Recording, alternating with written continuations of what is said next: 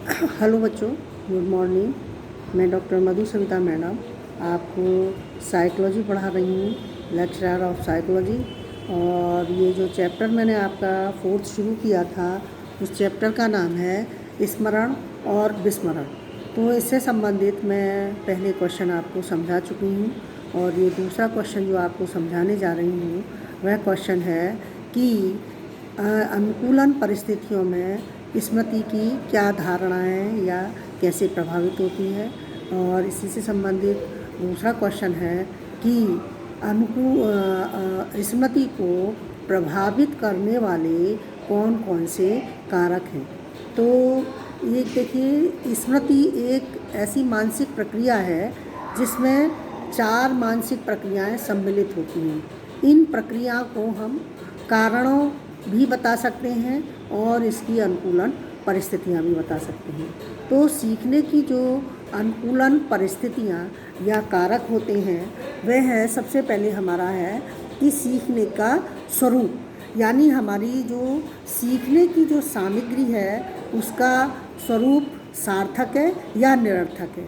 इसमें जो सामग्री प्रयोग की जा रही है वह सार्थक है। सार्थक सामग्री को हम तीव्र गति से सीखते हैं और निरर्थक सामग्री जो है हमें देर में समझ में आती है। इसी तरह से नेक्स्ट इसका आता है उद्दीपक की अवधि।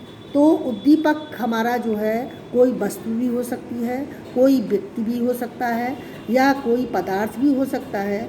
उसके प्रति जो उद्दीपक के प्रति जो व्यक्ति है या विषय है या जो उत्तरदाता है या जो व्यवहार करने वाला व्यक्ति है, वो जितना अधिक देर तक रहता है उद्दीपक, यानी वस्तु उसके सामने सक्षम जितनी अधिक देर तक रहती है, उसको अधिगम में सीखने के लिए और अधिक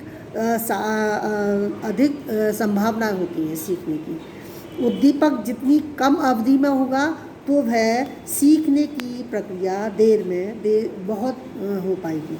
इसी तरह से सीखने की मात्रा, अधिगम यानी सीखने की मात्रा, यानी कितनी अधिक अवधि तक उसे टाइम दिया जा रहा है, फलस्वरूप यह मात्रा बढ़ा दी जाती है। तो वह देखा गया है कि थोड़ी सामग्री को धारण करने पर शीघ्र हो जाता है, लेकिन इस प्रकार धारण अस्थायी होता है। एक अधिगम की मात्रा यानी सीखने की मात्रा, धारणा या स्मृति और अधिगम का आपस में बहुत अधिक घनिष्ठ संबंध है। जैसे जैसे अधिगम की मात्रा बढ़ती जाती है वैसे ही वैसे हमारी स्मरण की शक्ति भी बढ़ती चली जाती है। सीखने की गति यानी सीखने की जो गति है उसका प्रभाव व्यक्ति की सीखने स्मृति की धारणा पर बहुत अधिक पड़ता है कि लोग सीखने की गति जितनी अधिक होगी उसको धारण करने या स्मृति उतनी ही अधिक देर तक होगी। यानी दूसरे जिन लोगों को सीखने में गति मंद होती है उनकी जो धारण करने की शक्ति है वह कम होती है। इसी से अधिगम की विधियाँ यानी सीखने की किन विधियों का प्रयोग सीखने में किया जा रहा है, यानी कि प्रयोगात्मक विधि के द्वारा हमें सिखाया जा रहा है या थ्योरी के द्वारा हमें सिखाया जा रहा है। तो जो सीखने की विधियां हैं उस पर बहुत अधिक निर्भर करता है। इसी तरह से होती है कि व्यक्ति की भावना, यदि सीखने वाला व्यक्ति अंदर से प्रभावित होता है किसी कार्य को सीखने के लिए, तो वह उस कार्य को बहुत शीघ्र से शीघ्र धारण कर लेता है। अध्ययनों से यह ज्ञात किया गया है या देखा गया है कि व्यक्ति सुखद और दुखद अनुभव व्यक्ति की जो स्मृति में चिन्हित हो जाते हैं और उन्हें अधिक दिनों तक बने रहते हैं। तो इसी से नेक्स्ट आता है अवधान या अटेंशन या ध्यान, यानी व्यक्ति का ध्यान किसी चीज़ पर जितना अधिक केंद्रित होगा व्यक्ति, उतना ही उस कार्य को शीघ्र से शीघ्र धारण कर लेगा या उसकी स्मृति में बना रहेगा। मानसिक तत्परता यानी व्यक्ति किसी कार्य को करने के लिए कितना अधिक मानसिक रूप से तैयार है, तो जो विषय वस्तु उसको सीखने के लिए दी जाती है, यदि वह मानसिक रूप से अधिक तत्पर होता है तो वह उस चीज़ को अधिक से अधिक धारण करता है। इसी तरह से आता है अभ्यास, यानी हम अभ्यास जब करते हैं, अभ्यास के साथ साथ हमारी गलतियां भी होती हैं, और जितना अधिक हम अभ्यास करते जाएंगे उतनी ही हमारी गलतियां कम होती जाएंगी। तो अभ्यास के संबंध में हमारे जो मनोवैज्ञानिक हैं किम्बल यंग, उन्होंने क्या कहा है कि अभ्यास से सीखी गई अनुक्रिया या क्रिया की पुष्टि होती है कि उसने किसी कार्य को कितना अधिक धारण किया है।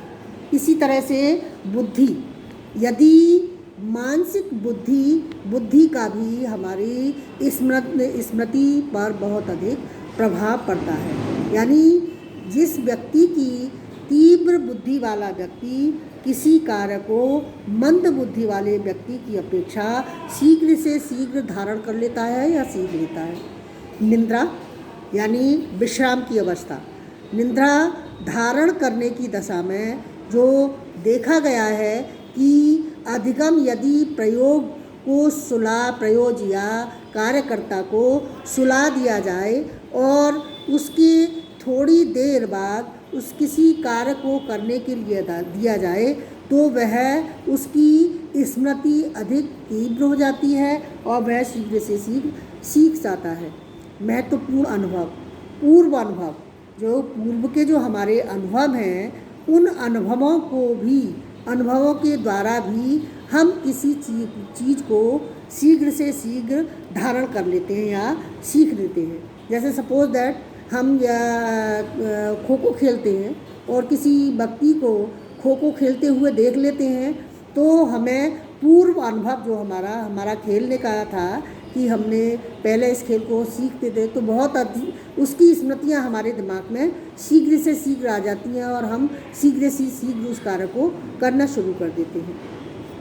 अनुभूति, किसी कार्य को सीखने में हमारी अनुभूति का भी बहुत अधिक महत्व है। यानी सुखद अनुभव या अनुभूति एक ही बात है। सुखद अनुभव या दुखद अनुभव, हमारे दिमाग में जो सुखद अनुभव जो होते हैं उनको हम शीघ्र ही विस्मृत नहीं कर पाते या भूल नहीं पाते। इसी तरह से जो हमारे दुखद अनुभव हैं उनको भी हम शीघ्र से शीघ्र नहीं भूल पाते।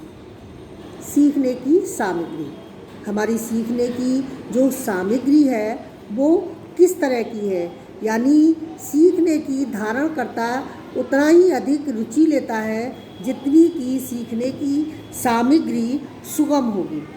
वातावरण, यदि हमारा वातावरण शांत वातावरण है, कोलाहल नहीं है, रोशनी का प्रभाव है पूर्ण रूप से, तो व्यक्ति भी किसी कार्य को शीघ्र से शीघ्र सीख लेता है या धारण करता है या उसकी स्मृति में शीघ्र से सीख बन जाता है। इसी तरह से पुनः स्मरण करने की अनुकूलन परिस्थितियाँ, यानी विस्मरण या स्मरण दोनों, पुनः स्मरण रिकॉल, इसको हम बोलते हैं फिजिकल या मेंटल मेथड ऑफ हेल्थ, यानी फॉरवर्डिंग कंडीशन ऑफ रिकॉल। तो रिकॉल का मतलब है हम किसी चीज़ को पुनः स्मरण करना, रिकॉल कहलाता है। इसमें हमारा शारीरिक और मानसिक स्वास्थ्य बहुत अधिक प्रभावित करता है, हमारी पुनः स्मरण शक्ति को। और मानसिक तत्परता वही जो है ऊपर जो आपके स्मरण शक्ति में है वही पॉइंट इसमें है लगभग। और विस्मरण और स्मरण बात एक ही है। स्मृति हमारी वर्तमान अनुभव होता है और विस्मरण जो हमारी उसको पुनः स्मरण में लाने की जो प्रक्रिया है उसको ही हम विस्मरण कहते हैं या रिकॉल कहते हैं। मानसिक रूप से तत्पर प्रेरित होना, किसी कार्य को करने के लिए अधिक प्रेरित होना, प्रयत्न करना, जितना अधिक शीघ्र प्रयत्न करेगा उतनी अधिक जल्दी सीखेगा। संकेतों के माध्यम से पुनः स्मरण की प्रक्रिया को संकेतों के माध्यम से भी बहुत अधिक सहायक होते हैं। प्राय कई बार देखा गया है कि पुनः स्मरण में संकेत अधिक कार्य करते हैं। प्रसंग यानी पूर्व बातों का उदाहरण देने के अनुसार भी व्यक्ति पुनः स्मरण में आ जाता है। जैसे देश की स्वतंत्रता का प्रसंग चलता है तो हमारे शरीर, हमारे मन में देशभक्ति पुनः जागृत हो जाती है। इसी रहते अवरोध यानी व्यवधान होना, किसी कार्य में व्यवधान उत्पन्न हो जाता है तो हमारा पुनः स्मरण अवरोधित हो जाता है। अवधि, किसी कार्य को करने की कितनी अधिक अवधि है। जैसे दैनिक जीवन में देखा गया है कि कुछ घटनाएं पुनः स्मरण करने पर सरल हो जाती हैं और कुछ घटनाएं पुनः स्मरण पर कठिन हो जाती हैं। जैसे सुखद अनुभव की घटनाएं पुनः स्मरण करेंगे तो हमें सुख की अनुभूति होगी और अधिक सरल होगा, और दुखद अनुभव की घटनाओं को हम याद करेंगे, पुनः स्मरण में लाएंगे तो हमें दुख का अनुभव होगा और देर तक बनी रहेंगी हमारी स्मृति। आत्मविश्वास जितना अधिक हमारे अंदर होगा, पुनः स्मरण हमारा उतना ही अधिक शीघ्र होगा। मानसिक तत्परता, ये दोबारा 2 बार पॉइंट दे दिया है। इसमें अवधि वाली पॉइंट भी दोबारा था, अवरोध ये भी अलग दे दिया है। तो पहचान की अनुकूल परिस्थितियों में हम किसी चीज़ को पहचान सकते हैं। तो मैंने ये टॉपिक आपको समझा दिया और ये अभी वीडियो आपको ग्रुप पर भी डाल दूँगी अगर सपोज सही हो गई तो। Thank you.